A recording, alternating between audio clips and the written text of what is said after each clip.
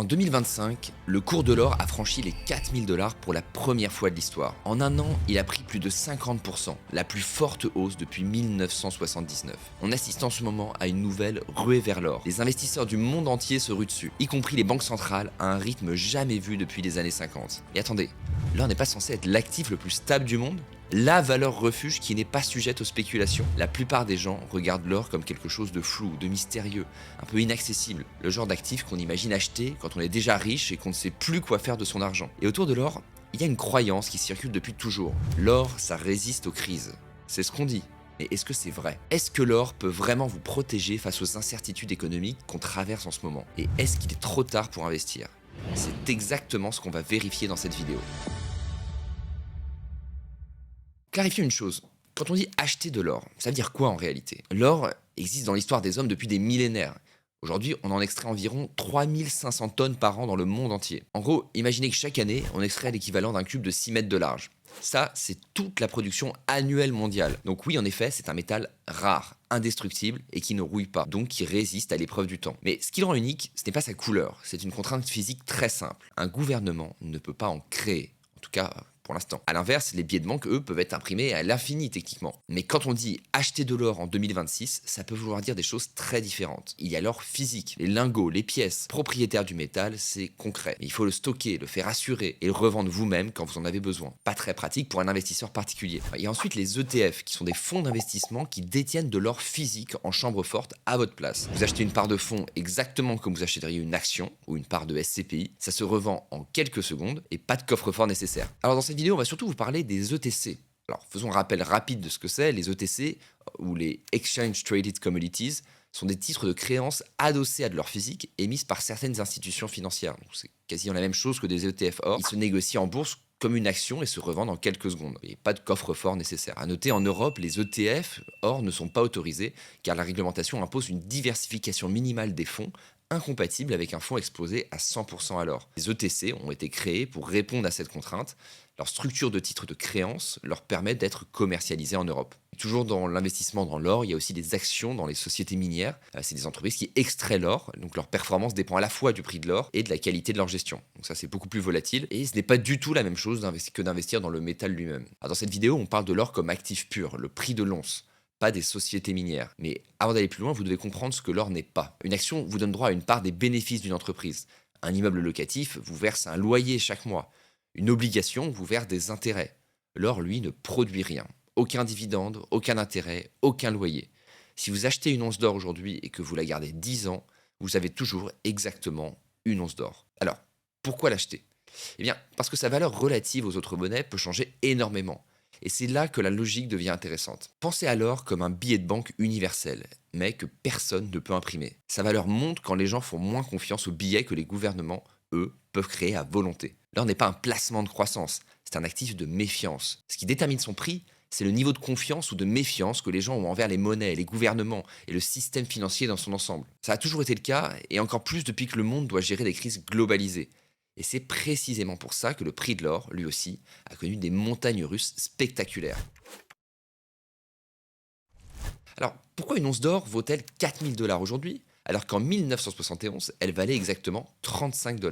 Ce n'est pas une coïncidence. À cette époque, c'était écrit dans la loi américaine depuis la Seconde Guerre mondiale. Chaque dollar en circulation était théoriquement convertible en or auprès de la Banque centrale américaine. Vous avez sûrement déjà entendu parler de ça, c'est ce qu'on appelle le système de Bretton Woods, un accord qui a été signé en 1944 pour stabiliser les monnaies du monde occidental après la guerre. Mais en août 71, Nixon décide de mettre fin à tout ça. Du jour au lendemain, le dollar n'est plus garanti par rien. Plus d'or en chambre forte pour le couvrir, juste la confiance dans le gouvernement américain. Pour beaucoup de pays dans le monde, c'est un choc. Si le dollar ne repose plus sur rien de tangible, qu'est-ce qui garantit sa valeur? La méfiance s'installe.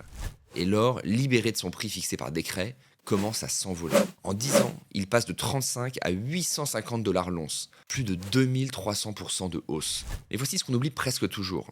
Quelqu'un qui aurait acheté de l'or à ce pic en 1980 et qui l'aurait gardé jusqu'en 2001 aurait perdu 68% de son investissement en valeur nominale. Pourquoi? Parce que les années 1980 et 1990 sont les années de la confiance retrouvée. L'économie américaine redevient forte, l'inflation recule et les taux d'intérêt montent très haut. À certains moments, Un simple bon du trésor américain, le placement sans risque par excellence, rapporte 10 à 12% par an. Dans ce contexte, l'or devient inutile, il ne rapporte rien. Pourquoi vouloir de l'or quand le dollar inspire confiance et que placer son argent sans aucun risque rapporte 2 fois plus que l'immobilier? La confiance revient dans les monnaies. L'or s'endort pendant 2 décennies. Et ça a été une grande leçon que vous devez absolument comprendre pour la suite. L'or n'est pas une valeur refuge permanente. C'est un thermomètre de confiance. Quand les monnaies inquiètent, il monte. Quand elles inspirent confiance, il dort. Sa logique, c'est celle de la méfiance, pas celle de la croissance. Mais alors, en cas de crise, est-ce que c'est vraiment une valeur refuge? La croyance populaire, c'est que l'or monte quand le monde stresse. C'est la version simple et rassurante, mais elle est fausse. Regardons comment l'or a vraiment réagi lors des crises majeures. En septembre 2008, Lehman Brothers fait faillite. C'est la plus grande banque d'investissement américaine et elle s'effondre en 48 heures. Les marchés mondiaux plongent. C'est la pire crise financière depuis 1929. L'or, ce refuge ultime censé protéger contre exactement ce genre de situation, chute de 30%. Alors comment est-ce possible? Parce qu'en pleine panique financière, tout le monde a besoin de cash immédiatement. Les fonds d'investissement, les banques, les grandes entreprises. Et pour récupérer du cash très vite, on vend ce qu'on peut vendre facilement. Et l'or, c'est très facile à vendre. Donc il part lui aussi, entraîné dans la chute générale. Ce n'est pas un signe que c'est un mauvais actif, juste que tout le monde cherche du cash en urgence. Mais regardons la suite de l'histoire. Sur l'ensemble de la crise, le S&P 500, donc le principal indice boursier américain, perd 57%. Les actionnaires attendent des années avant de retrouver leur niveau d'avant-crise. L'or, lui, récupère ses pertes bien avant les actions. Les investisseurs en or ont retrouvé l'équilibre dans leur portefeuille pendant que les actionnaires attendaient dans la douleur. Deuxième test, mars 2020. Le Covid arrête l'économie mondiale. Les marchés s'effondrent en quelques jours. Et l'or, comme en 2008, baisse d'abord.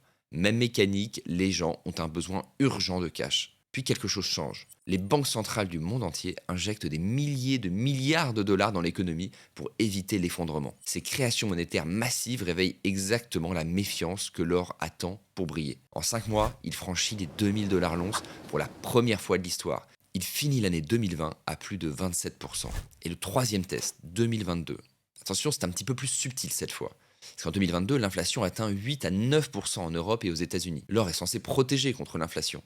C'est l'une de ses réputations les plus solides. Et pourtant, il finit l'année quasiment à l'équilibre en dollars. L'once valait 1830 $ début 2022 et elle finit l'année à 1820 $.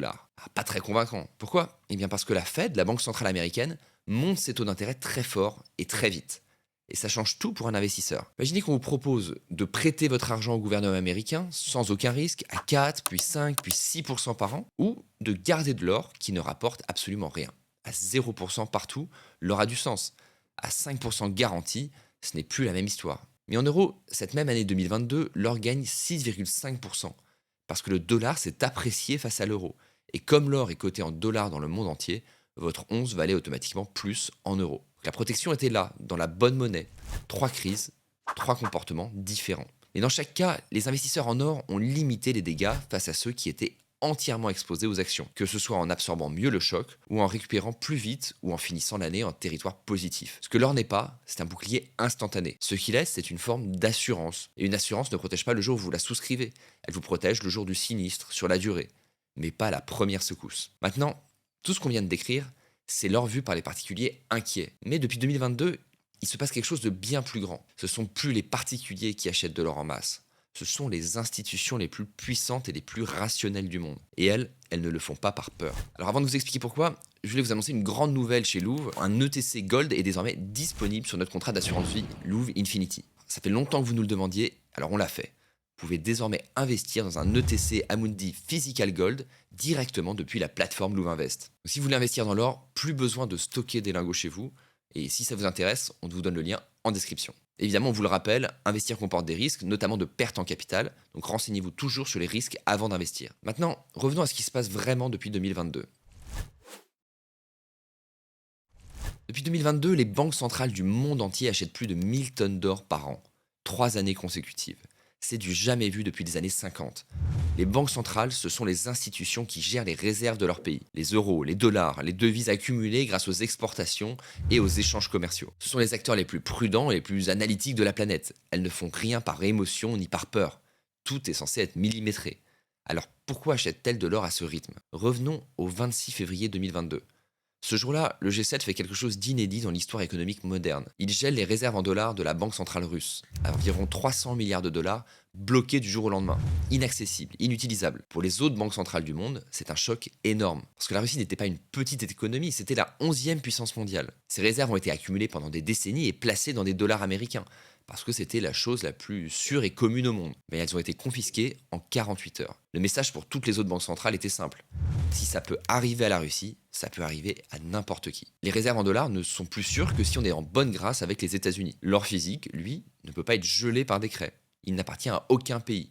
Il ne dépend d'aucun système de paiement. Personne ne peut vous en retirer l'accès par une décision politique. Et ce mouvement s'inscrit dans une tendance plus profonde. Depuis 2000, la part du dollar dans les réserves mondiales est passée de 73% à 58%. C'est une érosion lente, méthodique, menée par des pays qui cherchent à réduire leur dépendance au dollar, la monnaie de référence mondiale, mais aussi la monnaie d'un seul gouvernement. Et l'or est l'alternative la plus ancienne et la plus universelle qui existe. Il n'est émis par aucun État et il est accepté partout. Il a survécu à l'effondrement de toutes les monnaies qui ont prétendu le remplacer. Et ensuite, en avril 2025, quand Trump annonce des droits de douane à 145% sur les importations chinoises, arrivent les fameux tarifs. Les marchés actions décrochent en quelques heures. L'or, lui, prend 5% en 48 heures et franchit les 4000 dollars l'once pour la première fois. C'était pas une coïncidence. Les tarifs affaiblissent mécaniquement le dollar. Moins d'échanges commerciaux internationaux, moins de demandes de dollars pour régler ces échanges. Et il crée une incertitude sur l'ordre économique mondial que personne n'est capable de modéliser exactement clairement. Dans ce contexte, l'or est l'actif par défaut pour ceux qui ne veulent ni parier sur le dollar, ni sur les actions. La hausse de 2025, ce n'est pas une fièvre spéculative. C'est la convergence de deux forces qui se renforcent mutuellement. Un mouvement structurel de long terme, les banques centrales qui rééquilibrent leurs réserves depuis 2022, et un catalyseur court terme, la guerre commerciale qui fragilise la confiance dans le système. Ce qui se joue en ce moment avec l'or, c'est une question plus fondamentale que la performance. Est-ce qu'on peut encore faire confiance au système? En tout cas, certaines des institutions les plus rationnelles du monde répondent à cette question en achetant de l'or massivement. Encore une fois, on l'a vu, hein, l'or n'est pas une assurance à traverser toutes les crises, mais il a une forme de résilience et est un bon indice de confiance du système. L'or est un actif qui ne suit pas les mêmes cycles que les autres, et parfois il monte alors que tous les autres décrochent. Depuis 5000 ans, aucune monnaie n'a survécu indéfiniment. L'or, lui, est toujours là. Si vous voulez vous renseigner sérieusement sur l'investissement en or, nous vous mettons toutes les informations en description. Et si vous voulez aller plus loin sur comment atteindre l'indépendance financière via vos investissements et construire un patrimoine qui travaille pour vous, je vous envoie vers la vidéo qui s'affiche à l'écran.